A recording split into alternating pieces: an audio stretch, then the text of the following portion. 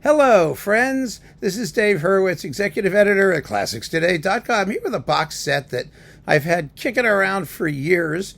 It's of course out of print. It should be back in print. Well, I don't know. I mean, it's up to the demand. You should all, petition your record labels. No, I'm just kidding. It's this thing, Malcolm Sargent, The Great Recordings, on Warner, or EMI, whatever it was. This is one of those icon boxes. Remember those, that series? That's sort of like, well, some of it's still kicking around, but most of it's long gone. Malcolm Sargent, wow, yeah. He's one of those conductors. You sort of talk about all the great recordings of everything, and then you go, oh yeah, there's Malcolm Sargent. You actually have done that too. We'll get to that in a moment. But Malcolm Sargent in his life was known as a conductor of choral music, principally. Big British choral, Huddersfield Choral Society and Three Choirs Festival type things.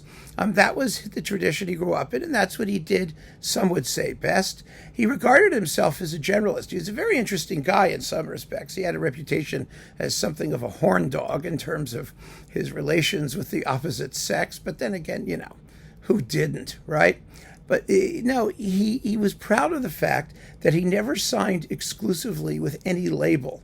He was a freelancer. He said, I'll play anything, I'll record anything, I'll do anything with anybody. I'm available, hire me. That was his reputation. For that reason, I think, he never got promoted the way other conductors of his generation were. He had an enormous range of repertoire. You see that here.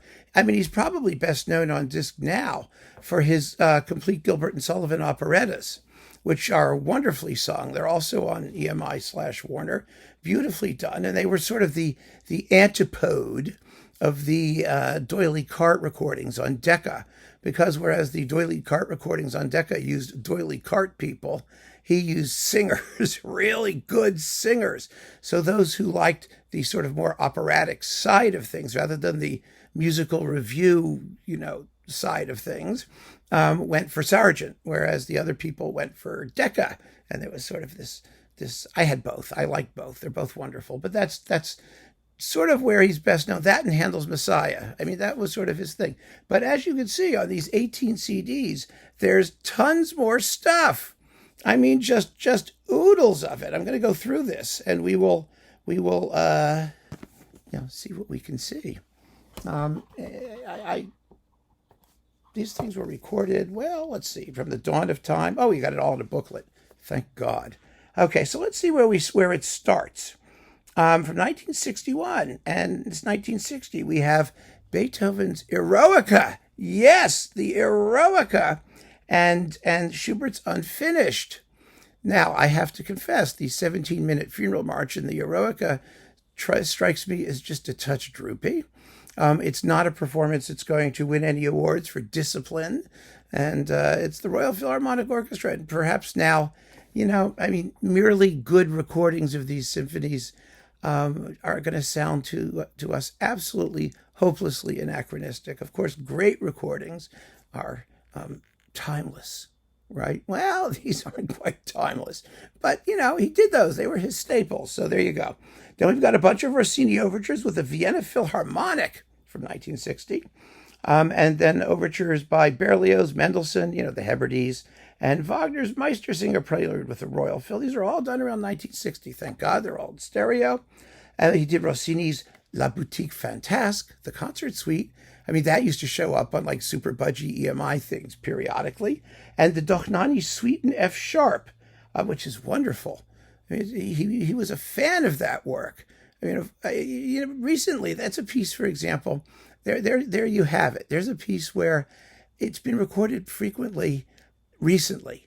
I mean, lots of people have done it recently. There might be half a dozen recordings of it all of a sudden started popping up on various labels. And people were scratching their heads saying, well, gee, this is a novelty. Well, it was a novelty in 1961 when Sargent recorded it, and quite well. Absolutely lovely. Then we've got Jacques Ibert's Suite Elizabethienne as incidental music to A Midsummer Night's Dream. When was the last time you heard that? Wow, nifty, right? This is from 55. It's in mono. But do we care? No. Then we've got Messiah. Messiah. This Messiah was very highly regarded in its day. It really was. It's with Isabel Bailey, the great Gilbert and Sullivan singer, Isabel Bailey, and Gladys Ripley, James Johnston tenor, and Norman Walker bass, with the Huddersfield Choral Society and the Liverpool Philharmonic, before it became the Royal Liverpool Philharmonic. I mean, this was the tradition of Messiah performance. It was recorded in 1946 and one aria in 44 in Huddersfield Town Hall. I mean, that's vintage stuff, a tradition that's really gone. At least on disc. They may still be doing these things in Huddersfield, but no one's setting up the microphones. So that's a classic. It really is. And then we've got Mendelssohn's Elijah with, Isabel Bailey, Gladys Ripley, James Johnston, and Harold Williams. Well, we know he had his crew of soloists, didn't we? This is also with the Huddersfield Choral Society from 1947. Wow, yeah. I mean, if you're into those works, you're going to want to hear these. You get to hear the authentic tradition. And it wasn't a bad tradition. It was a lovely tradition. So that's really nice. We've got Elgar, the Enigma Variations, and the Serenade from 1959. Thank God, with the Philharmonia. It's a wonderful orchestra, so that's decent. Handel, Overture in D minor. Delius, A Song Before Sunrise, and the Songs of Farewell, with the Royal Choral Society and the Royal Philharmonic from 1964. I'm giving dates because, we need to place this guy, right? We need to figure out where he was and what he was doing and when, because nowadays he's as good as unknown. And that was really his era. The immediate, he started making recordings way, way, way back, but the immediate post-war era through the early 60s. And, that's when he did most of his stuff. Walton, we've got Belshazzar's Feast from 1958, another recording that was quite highly regarded in its day. He was not a disciplinarian, like so many choral conductors. He wasn't really just a choral conductor, as I said, but, and he didn't think of himself as such.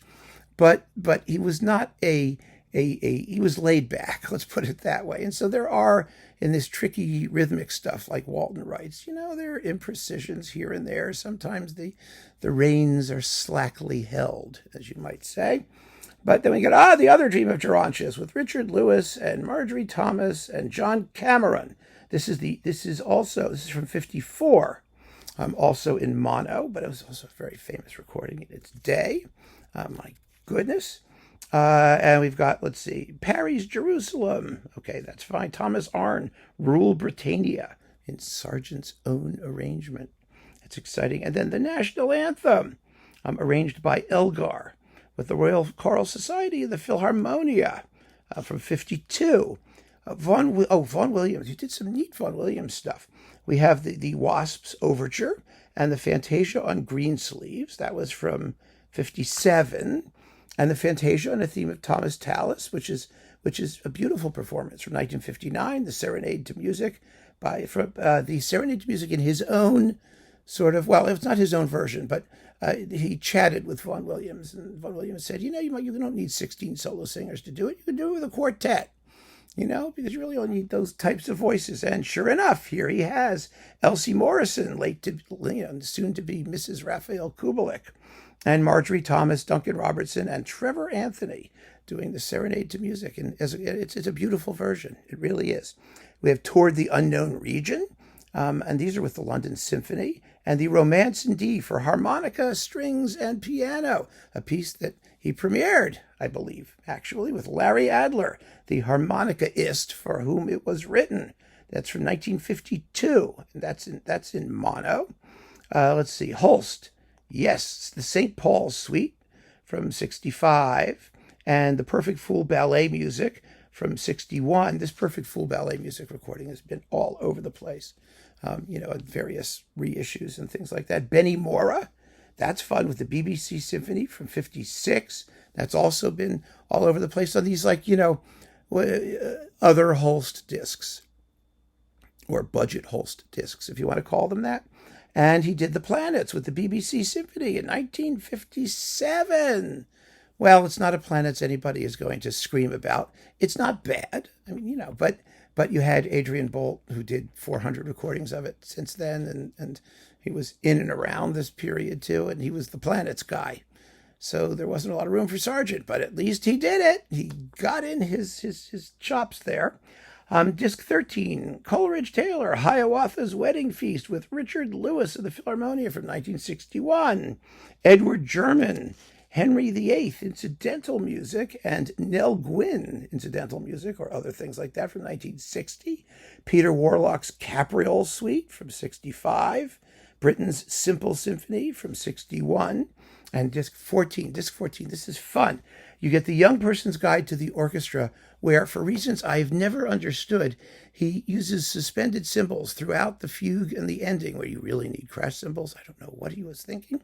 But you do hear all the harp glissandos in the huge climax before the big tune returns. It's weird. Very, very strange. With the BBC Symphony, that's from 56. And then we have bits of Walton's Facade, the suite, from 61, and Walton's First Symphony from 1966. This must have been one of his last recordings. Wow. And it's pretty good. I mean, it's got the best tam-tam part, the finale you'll ever hear in your life. You actually hear it. It's with the Philharmonia, the new Philharmonia at that point. But, they were very, very good orchestra. It's a little bit on the slow side. And like I said, you do hear these tiny rhythmic imprecisions where they're just not quite together here and there. But on the whole, I mean, it was better than Walton's own performance by a mile. It was really very good. The problem was, when this came out in 1966, by then we had Previn's LSO recording, which was just a knockout and simply blew away everybody else. And that was sort of Sargent's destiny, to have everything that he recorded done slightly better by others and other English people. See, that's the point. If he had made this in 1966 as Walton First, and then all the other people who did Walton's First didn't come from England, they would have been trashed by Gramophone and the British critics, and we would have heard, oh, but it doesn't hold a candle to the iconic Sir Malcolm Sargent recording on his master's voice, that's what it would have been. It would have been that thing, But no, they were only doing it in England, and so there was an opportunity for people to get behind other conductors, and they did. Then we've got Bax's Morning Song from Maytime in Sussex. Okay, when was that? 1947. The Bliss Piano Concerto with Trevor Barnard in the Philharmonia from 1962. That's really good to have, an important recording. Rubra's Piano Concerto with Dennis Matthews. Oh, really? From 1956. Wow, baby, I didn't even remember that one. The Rubra Piano Concerto is really a pretty good piece. It's got good stuff in it. And then we have some Sibelius. Sargent was a devoted Sibelian and a good Sibelius conductor. We have the First Symphony from 56 with the London Phil? No, BBC. Polchiola's Daughter, which is really a good performance of that, and the Fifth Symphony from 1958. Again, there are other better recordings of all of these works, but these are quite decent, and it was a composer that he felt a great deal of sympathy towards. And then tone poems, Finlandia, on Saga, The Swan of Twinella, the Corelia Suite, with the Vienna Philharmonic from 1961. Well, that's an interesting combo, isn't it? I mean, it's worth hearing just for that interesting combo. Those were also reissued in various forms over the years. Grieg's Lyric Suite with the Philharmonia from 1959. Smetana's Bartered Bride Overture from 1960. And last but not least, he did a complete Ma Flost. I mean, now there's a piece you expect Malcolm Sargent to go for, isn't it? I mean, isn't that weird? And that was from 1964. In Abbey Road Studios with the Royal Philharmonic, and it's not bad. It's not bad at all. The only problem is that there are a million other Losts, especially by Czech people.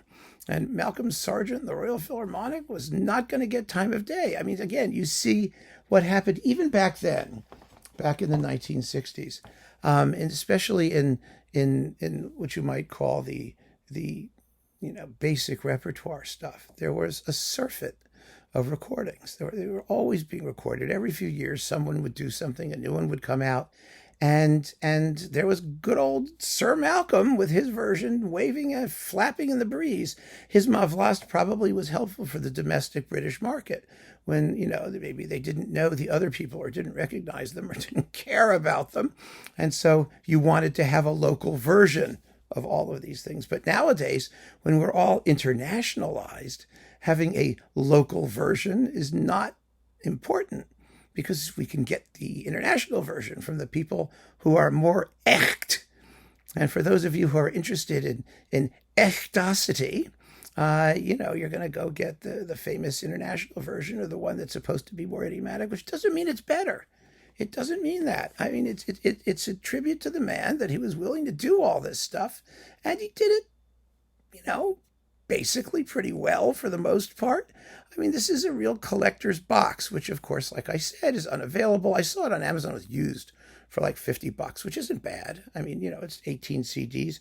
You may be able to find it kicking around, but I think it was worth talking about. It's worth bringing up this bit of discographic history, because he was a real force, in the 50s and early 60s in English musical life, and he made an extensive discography, a wide-ranging discography of all kinds of repertoire, and so it's definitely worth mentioning and documenting, which is what I hope I've done. And for those of you who already know this stuff, feel free to chime in with your favorite Malcolm Sargent recordings. I'd be curious to know what you think, other than Gilbert and Sullivan, of course. So keep on listening, friends. Thanks so much for joining me. Take care.